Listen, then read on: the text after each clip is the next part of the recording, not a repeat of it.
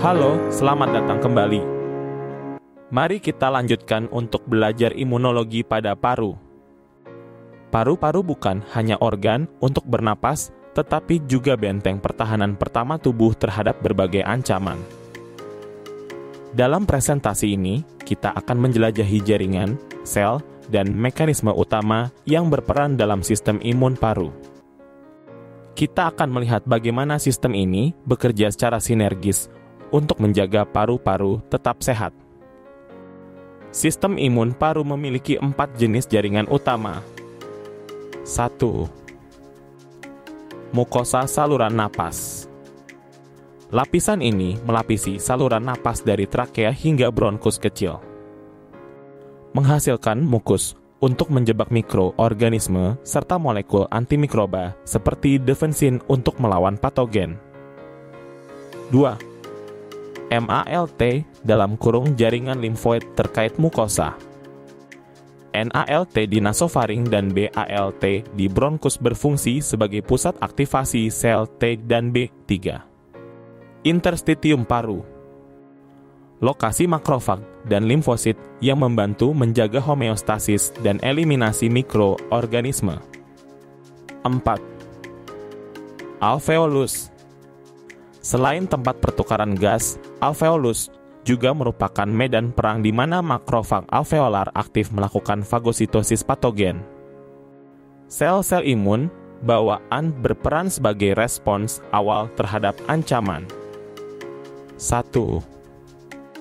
Makrofag alveolar berfungsi menelan patogen dan debris melalui fagositosis, menghasilkan sitokin untuk menarik lebih banyak sel imun. 2. Neutrofil bergerak cepat ke lokasi infeksi dan menggunakan spesies oksigen reaktif dalam kurung ROS untuk membunuh patogen. 3. Sel epitel memproduksi mukus untuk menangkap partikel asing dan defensin untuk melawan mikroorganisme. 4. Sel dendritik berfungsi menangkap antigen dan mempresentasikannya ke limfosit T, menjembatani sistem imun alami dan adaptif. Sistem imun adaptif memberikan perlindungan spesifik terhadap patogen tertentu. 1. Limfosit T helper CD4+ menghasilkan sitokin untuk mengatur respons imun dan mengaktifkan limfosit B T sitotoksik CD8+ menghancurkan sel yang terinfeksi virus menggunakan perforin dan granzim.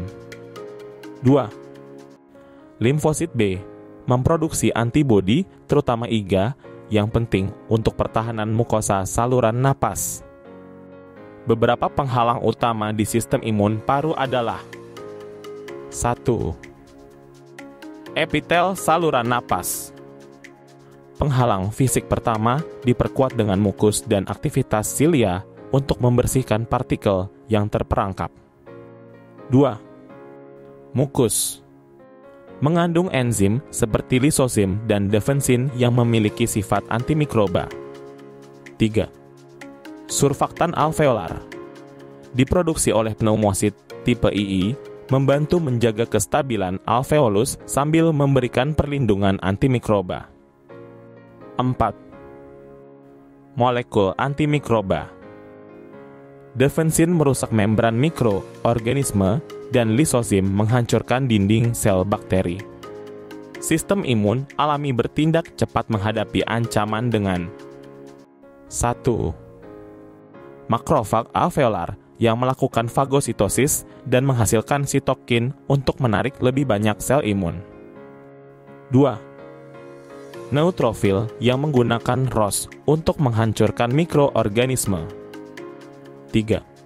Sel epitel yang menjaga integritas penghalang fisik dan menghasilkan molekul antimikroba. 4. Komplemen yang mempermudah fagositosis dan lisis patogen. 5. Sitokin seperti IL-6 dan TNF yang memicu inflamasi awal. 6. Defensin, peptida kecil dengan aktivitas antibakteri.